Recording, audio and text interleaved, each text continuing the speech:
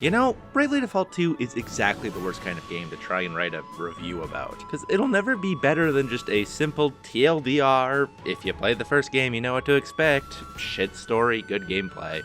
It's the kind of existential crisis I imagine every IGN reviewer goes through whenever a new Call of Duty or FIFA or something comes out. That all being said, I have spent some 40 plus hours playing this game, so even though you already know what I'm going to say, I still want to talk about it. So, Bravely Default was a 3DS game released back in 2014, probably early in Japan, but whatever, and I imagine it had one of the shortest pitch meetings of all time. Hey, I got a great new idea for a new game franchise. Oh yeah? What is it? Alright, so, what if we took Final Fantasy V? And that's it. What if we took Final Fantasy V? 4 Warriors of Light have to go around and rescue 4 magical crystals representing the 4 basic elements, and to do that they have to find a bunch of weird fetish gear and furry costumes that give them magical superpowers. It even made a lot of the characters almost the same. You got your laid-back everyman, your ladylike person of high birth, your tomboy princess who prefers combat to all that girly princess stuff, and a guy with amnesia. There were many parts scavenged from the bloated remains of Final Fantasy V's corpse. But to be fair, there were a couple new features sprinkled in, and quite frankly, seeing as Final Fantasy was the one that dumped that corpse there to begin with, I don't really blame Bravely Default for repurposing it for its own uses. In any event, the game was moderately successful, enough so to warrant a sequel of its own, a game called Bravely Second, which continued on the story and did its own little thing. And now, finally, years later, we have another sequel, Bravely Default 2. However, this time it is not a direct sequel and is in a completely different universe than the original 2. Now, let's not beat around the bush here. The story for Bravely Default 2 is by far its weakest aspect.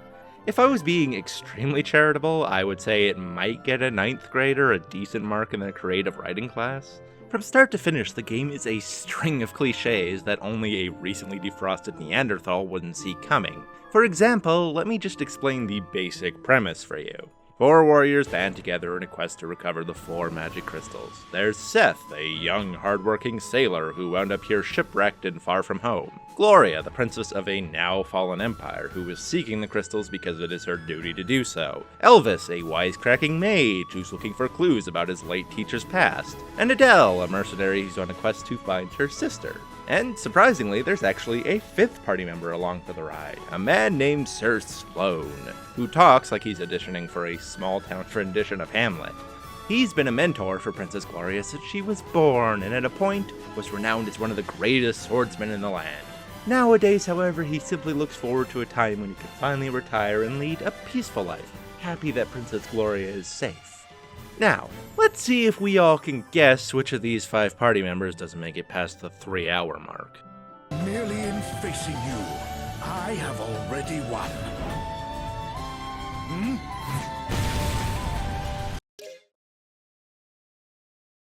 It's not a spoiler if it's obvious.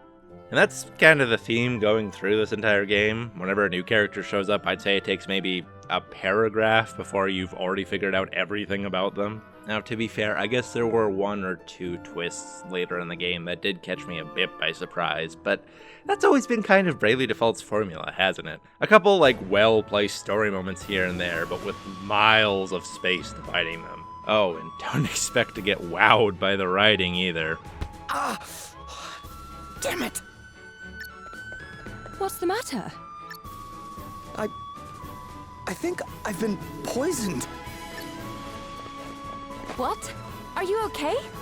Yeah, I'm fine. No big deal.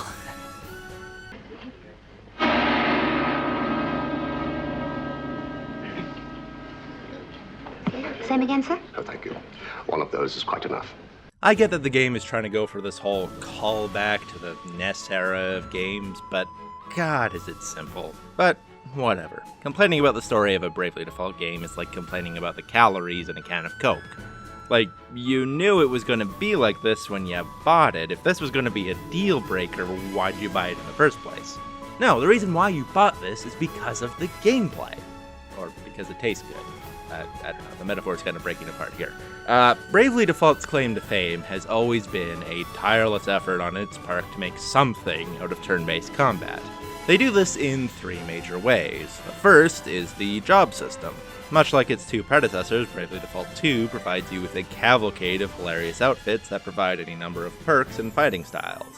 While there are fewer jobs than Bravely's second, which is a bit of a bummer, each job does have more skills to unlock, as well as having a pair of completely unique passive abilities. As always, I feel like that job system really does hit that sweet spot of being good enough to get by on a day-to-day basis if you're not really looking to spend much time tinkering around, but also having that potential to absolutely wreck the difficulty curve if you're willing to delve into it.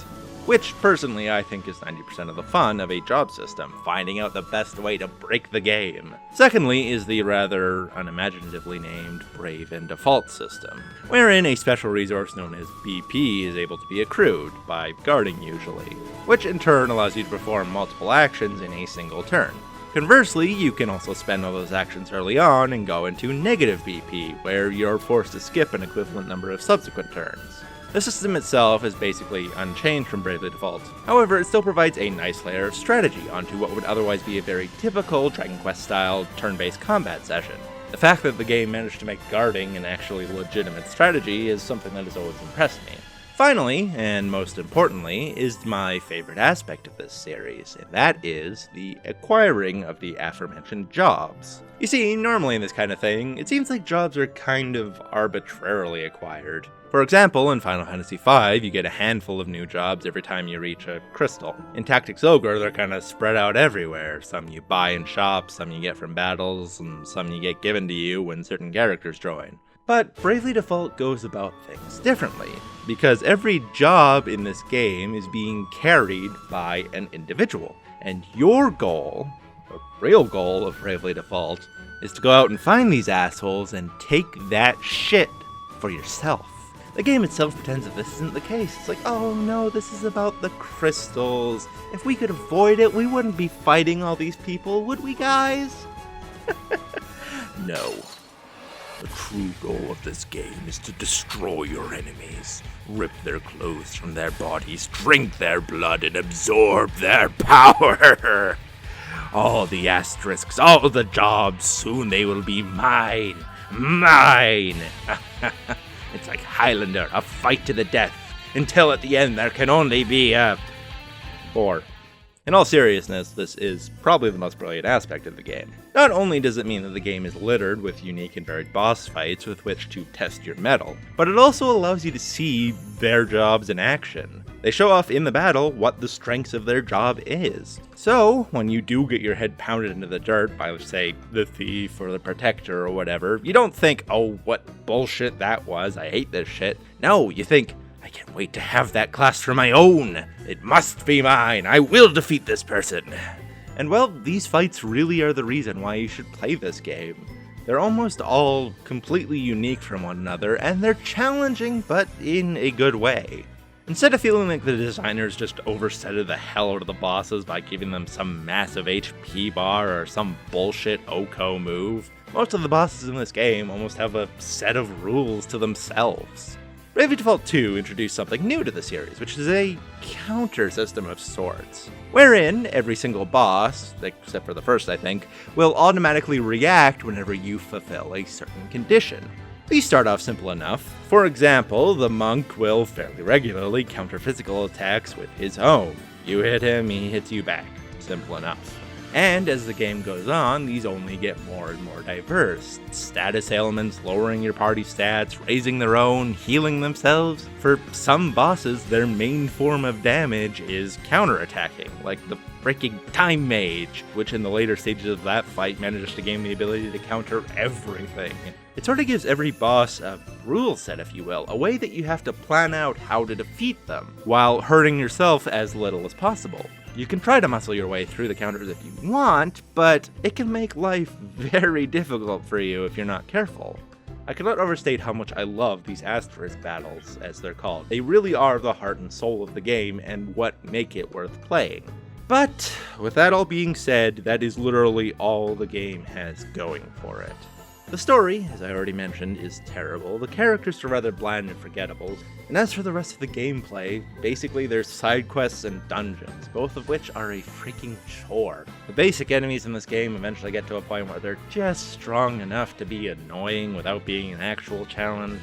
And most of the quests just involve go talk to a guy over here, or go defeat 3 enemies and get 3 of their tails or some shit. It's really basic, generalized stuff that I have absolutely no interest in. What's more, 90% of the stuff I've been talking about so far is something that could really be applied to the entirety of the Bravely Default series, not just Bravely Default 2. It feels like it's just trying to copy everything that made the original game good and just run it back. They even brought back the same composer from the first game, which, I mean, no discredit to Revo, he did an amazing job there and an amazing job here, but it strikes me as funny. Bravely Second, despite being a direct sequel to the original game, felt like it was at least trying to somewhat differentiate itself. A brand new soundtrack, new jobs, those freaking unique ball battles, and the whole game had this sort of like darker tone to it. There's a lot more issues of like betrayal, most of the new bosses had some pretty fucked up backstories. I mean, it wasn't done amazingly or anything, but the game was definitely trying to differentiate itself from the original. And notably, they brought in a new composer, which gave the game a almost entirely unique feel of its own. Bravely Default 2, on the other hand, despite storyline-wise having nothing to do with the original cast or world, feels much more like it's just retreading old ground. And well, there is some enjoyment to be had in that. Getting a fresh jumpstart on an otherwise tried and true formula does have its own merit. But don't expect the game to achieve any sort of lasting wow factor. If you own the original Bravely Default or Bravely Second already, consider if you'd rather just replay that instead of buying this. I enjoyed the game while I played it. It definitely is right up my own wheelhouse for this kind of thing. I do love the whole twist on turn-based combat that the game does. But that being said, I can't see myself ever bothering to replay this once I'm done.